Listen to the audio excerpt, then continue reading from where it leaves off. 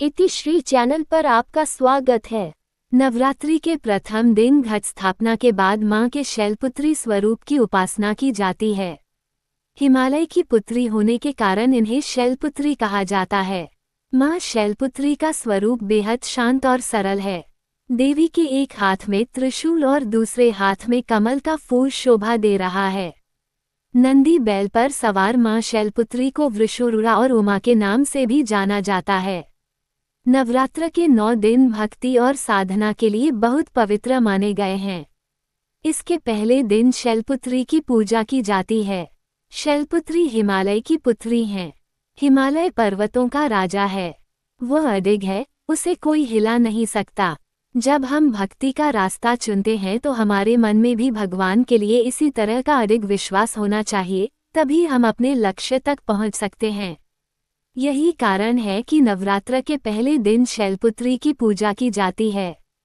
मां शैलपुत्री की कहानी। मां शैलपुत्री सती के नाम से भी जानी जाती हैं।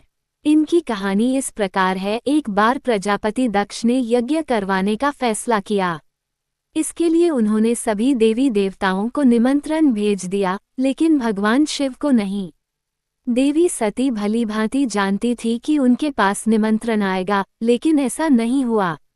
वो उस यज्ञ में जाने के लिए बेचैन थी, लेकिन भगवान शिव ने मना कर दिया। उन्होंने कहा कि यज्ञ में जाने के लिए उनके पास कोई भी निमंत्रण नहीं आया है और इसलिए वहां जाना उचित नहीं है। सती नहीं मानी और बार बार यज्ञ में जाने का आग्रह करती रहीं। सती के न मानने की वजह से शिव को उनकी बात माननी पड़ी और अनुमति दे दी। सती जब अपने पिता प्रजापित दक्ष के यहाँ पहुंची तो देखा कि कोई भी उनसे आदर और प्रेम के साथ बातचीत नहीं कर रहा है। सारे लोग मुंह फेरे हुए हैं और सिर्फ उनकी माता ने स्नेह से उन्हें गले लगाया। उनकी बाकी बहनें उनका उपहास उड़ा रही थीं और सती के पति भगवान शिव को भी तिरस्कृत कर रही थीं। स्वयं दक्ष ने भी अपमान करने का मौका ना छोड़ा। ऐसा व्यवहार देख सती दुखी हो गईं। अपना और अपने पति का अपमान उनसे सहन न हुआ और फिर अगले ही पल उन्होंने वो कदम उठाया जिसकी कल्पना स्वयं दक्ष ने भी नहीं की होगी।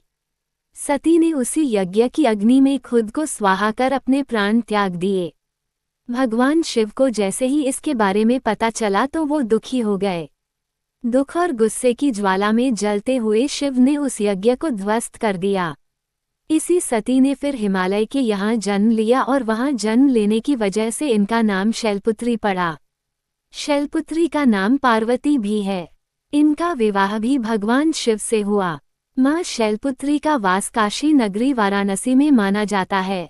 वहाँ शैलपुत्री का एक बेहद प्राचीन मंदिर है जिसके बारे में मान्यता है कि यहाँ मां शैलपुत्री के सिर्फ दर्शन करने से ही भक्तजनों की मुरादें पूरी हो जाती हैं। कहा तो ये भी जाता है कि नवरात्र के पहले दिन यानी प्रतिपदा को जो भी भक्त मां शैलपुत्री के दर्शन करता है उसके सारे वैवाहिक जीवन के कष्ट दूर हो जाते हैं। चूंकि मां शैलपुत्री का वाहन वृषभ है इसलिए इन्हें वृषारूढ़ा भी कहा जाता है। इनके बाएं हाथ में कमल और दाएं हाथ में त्रिशूल रहता है। ऐसे करें मां शैलपुत्री की पूजा। शारदीय नवरात्रि के प्रथम दिन ब्रह्म मुहूर्त में उठकर स्नानादि से निवृत्त स्वच्छ वस्त्र धारण करें और फिर चौकी को गंगाजल से साफ करके मां दुर्गा की मूर्ति या फोटो स्थापित करें। पूरे परिवार के साथ विधि विधान के साथ कलश स्थापना की जाती है। घट स्थापना के बाद मां शैलपुत्री का ध्यान करें और व्रत का संकल्प लें।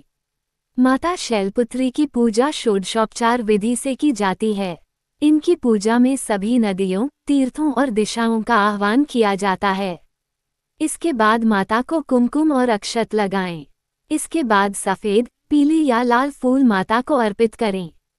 माता के सामने धूप, दीप जलाएं और 5 देसी घी के दीपक जलाएं। इसके बाद माता की आरती उतारें और फिर शैलपुत्री माता की कथा, दुर्गा चालीसा, दुर्गा स्तुति या दुर्गा सप्तशती आदि का पाठ करें। इसके बाद परिवार समेत माता के जयकारे लगाएं और भोग लगाकर पूजा को संपन्न करें। शाम के समय में भी माता की आरती करें और ध्यान करें।